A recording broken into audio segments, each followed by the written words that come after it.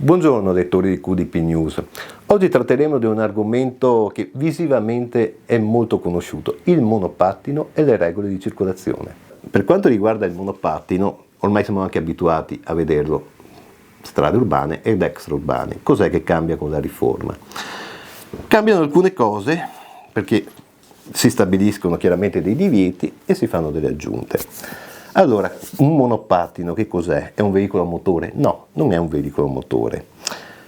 È un dispositivo, se vogliamo, a mobilità elettrica che non ha un posto a sedere, ha un motore elettrico che non supera i 0,5 kW, deve avere un segnalatore acustico, deve avere un marchio CE ed infine deve avere anche un limitatore, un regolatore di velocità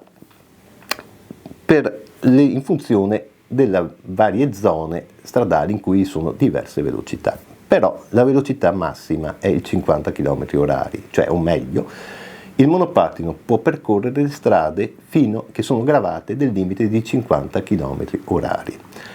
Allora, domanda che si fa: ma se la strada extraurbana che ha un limite di 70 ha una pista ciclabile, il monopattino può andarci? Istintivamente uno direbbe di sì, ma in realtà la legge lo vieta. Cioè il limite di 50 km/h può essere in strade, alla fine sono in strade urbane.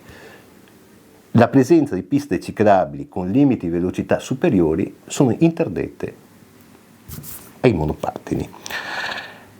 Altra novità, il cosiddetto contrassegno, quello che noi chiamiamo targa. È un contrassegno identificativo, adesivo plastificato e non rimovibile che dovrà essere esposto sul monopattino.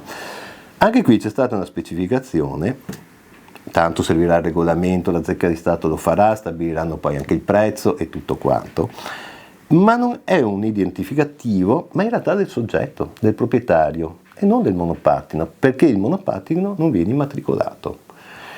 Però almeno arriviamo ad avere un identificativo e quantomeno ci fa risalire al proprietario. Ancora, e qui era immancabile, il casco, l'obbligo del casco. Allora la legge dice l'obbligo di casco per il conducente. Qualcuno maliziosamente ha aggiunto per il conducente sì, per il trasportato no. Allora questa è, come dico, è un mito da sfatare. Perché? Perché non può esserci il trasportato sul monopattino. Il trasportato è sanzionato. E qua mi collego però anche all'obbligo di assicurazione che è stata prevista, perché se in un veicolo a motore il terzo trasportato è il soggetto tutelato in percentuale maggiore perché il conducente abbia ragione o torto, il trasportato viene sempre risarcito.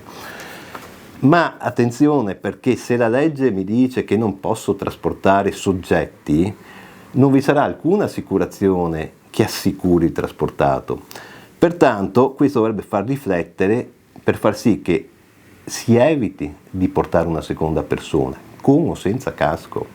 Quindi quella battuta iniziale, allora il trasportato non deve usare il casco, è purtroppo foriera di sventure. Inoltre noi siamo abituati a vedere, fino a poco tempo fa, i monopattini in contromano. I monopattini non potranno più andare in contromano e tutte queste cose che ho detto finora sono tutte sanzionate. Il casco, l'assicurazione, il tagliando, nel caso non dovessero esserci, sono tutte sottoposte a una sanzione amministrativa. Altra novità, finalmente, i monopattini non potranno essere parcheggiati sul marciapiede, salvo che con un'ordinanza comunale non vi si individuano marciapiedi talmente larghe o zone talmente idonee da poter fungere da parcheggio per i monopattini. Chiudendo sempre però sull'assicurazione, il monopattino non assicurato, a differenza dei veicoli a motore, qualora non abbia l'assicurazione, non è sottoposto né a sequestro né a confisca. E il tagliandino, che nei veicoli a motore non esponiamo più, che però portiamo all'interno del veicolo, non sembra essere richiesto, o meglio non sembra essere richiesta la presenza in contemporanea del certificato di assicurazione quando si guida un monopattino. Qualcuno suggeriva averlo quantomeno sul telefono, non guasterebbe.